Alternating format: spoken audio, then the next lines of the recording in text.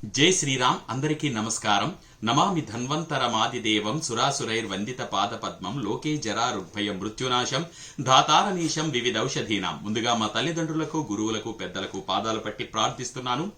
ఈరోజు మనం తెలుసుకోబోతున్నాము మన శరీరంలో ఉండేటువంటి త్రిదోషాలలో ఒకటి అయినటువంటి కఫదోషము.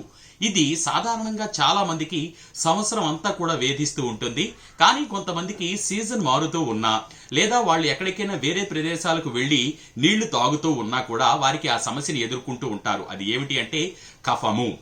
శరీరంలో అనవసరంగా పేరుకుపోయిన కఫం ఈ గొంతు దగ్గర, అలాగే గుండెలకు కూడా పట్టేసి, అలాగే ఊపిరితిత్తులకు పట్టేసి ఉన్నటువంటి కఫాన్ని కూడా అతి సులువుగా ఇంట్లో ఉండే వస్తువులతో ఏ విధంగా మనం దానిని బయటికి పంపించేసుకోవచ్చు. కొంతమందికి దగ్గుతూ ఉంటే బిళ్ళలుగా, అలాగే జిగురుగా చాలా ఇబ్బంది. నలుగురిలో ఉండేటప్పుడు అటువంటివి గనక వస్తే వాళ్ళు చాలా అనీజీగా ఫీల్ అవుతూ ఉంటారు.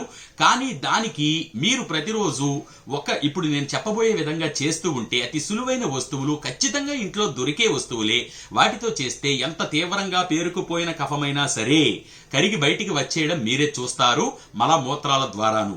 మరి దీనికోసం ముందుగా ఈ కఫాన్ని కోసి పారేసేటువంటి అద్భుతమైన చిట్కాకి కావలసిన పదార్థాలు ఏమిటో చూద్దాం.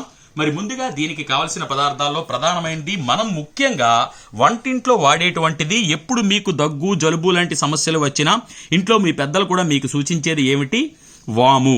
ఈ వాముని తీసుకొని రండి. తీసుకొచ్చిన తర్వాత దీన్ని ఏం చేయాలి అంటే దోరగా వేయించి దంచి పొడి చేసుకుంటే ఈ విధంగా సిద్ధమవుతుంది వాము. మరి ఈ వాము పొడితో పాటు మనకి మరొక అద్భుతమైనటువంటి ద్రావకం కూడా అవసరమవుతుంది. ఇదేమిటో తెలుసా? పల్చగా కలిపి పెట్టినటువంటి మజ్జిగ.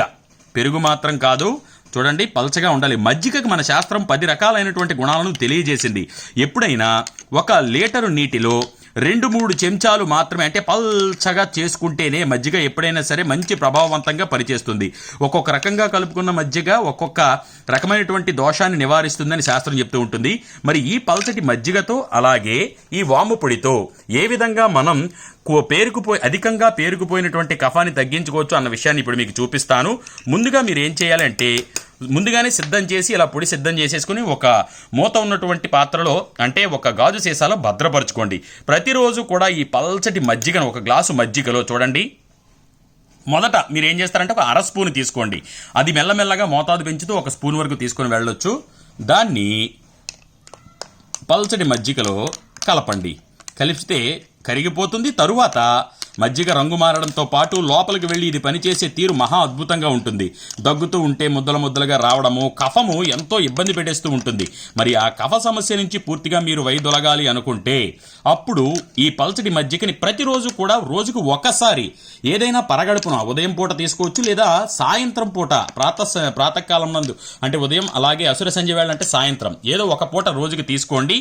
దీంతో పాటు వేప పుల్లతో ఖచ్చితంగా మీరు పళ్ళు తోమవలసి ఉంటుంది. ఈ విధంగా చెయ్యాలి. ఎందుకు అంటే కొంతమందికి మజ్జిగ పడదు. మరి వాళ్ళు ఏమి చేయాలి అంటే గోరువెచ్చని గ్లాసు నీటిలో 1 స్పూను లేదా 1/2 స్పూను ఈ వాము పొడిని కలుపుకొని స్వీకరిస్తూ సేవిస్తూ ఉంటే లోపల మీకు ఇలా గొంతు నుంచి కూడా అడ్డుపడినటువంటి కఫాన్ని కోసేటువంటి శక్తి వాముకు ఉంది కనుక. అలాగే వేడి నీళ్లు, దీంతో పాటు ఈ ద్రావకం తాగుతూ ఉన్న సమయంలో మీరు తీసుకోవాల్సిన జాగ్రత్తలు ఏమిటి అంటే చల్లటి పదార్థాలను తీసుకోరాదు. అవి మీ గొంతులో ఉండేటువంటి నరాలపైన కూడా ప్రభావం చూపిస్తాయి. తరువాత బయటికి వెళ్లేటప్పుడు ఖచ్చితంగా మీరు ముక్కుకి ఏమైనా అడ్డు పెట్టుకుని ఉండాలి. క్రిములు ఎక్కువగా దాడి చేసే వారికి కూడా ఈ విధంగా జరుగుతూ ఉంటుంది. ఈ చిన్న జాగ్రత్తలు పాటిస్తూ వేప పుల్లతో పళ్ళు తోముతూ ఉంటే తోమేటప్పుడు మీకు ఆ పస ఉంటుంది కదా, వేప శక్తి లోపలికి దిగి కూడా ఈ కఫాన్ని కోసేస్తుంది. ఈ మన వాము కలిపినటువంటి మజ్జిగని స్వీకరిస్తూ, అలాగే వేప పుల్లతో పళ్ళు తోముతూ, అలాగే గోరువెచ్చని నీళ్లు తాగుతూ ఉంటే అతి త్వరలోనే మిమ్మల్ని వేధిస్తున్నటువంటి కఫ సమస్య మిమ్మల్ని వదిలేసి వెళ్ళిపోతుంది. ఆరోగ్యంగా జీవిస్తారు. ఇటువంటి ఆరోగ్యకరమైన వీడియోల కోసం మీరు యూట్యూబ్ లో ప్రదీప్ వానపల్లి అనే ఛానల్లో సబ్స్క్రైబ్ అయ్యి లైక్ కొట్టి బెల్ బటన్ కొట్టి అందరికి తెలియజేయండి. అలాగే మన ఫేస్బుక్ లో డాక్టర్ ప్రదీప్ వానపల్లి అనే ఛానల్ ఉంది, పేజ్ ఉంది, దాన్ని లైక్ చేయండి, షేర్ చేయండి. అలాగే ఇన్స్టాగ్రామ్ లో డాక్టర్ ప్రదీప్ వానపల్లి నుండి ఫాలో అవుతూ ఉండండి. ఎందుకు నేను ఫాలో అవ్వమని చెప్తున్నాను అంటే చాలా మందికి మన ఈ భారతీయత యొక్క గొప్పదనం, వంటింట్లో దొరికే వస్తువుల యొక్క విశేషాలు తెలియాలి కాబట్టి చెప్తూ ఉన్నాను. మరిన్ని విషయాల కోసం చూస్తూ ఉండండి. ధన్యవాదాలు.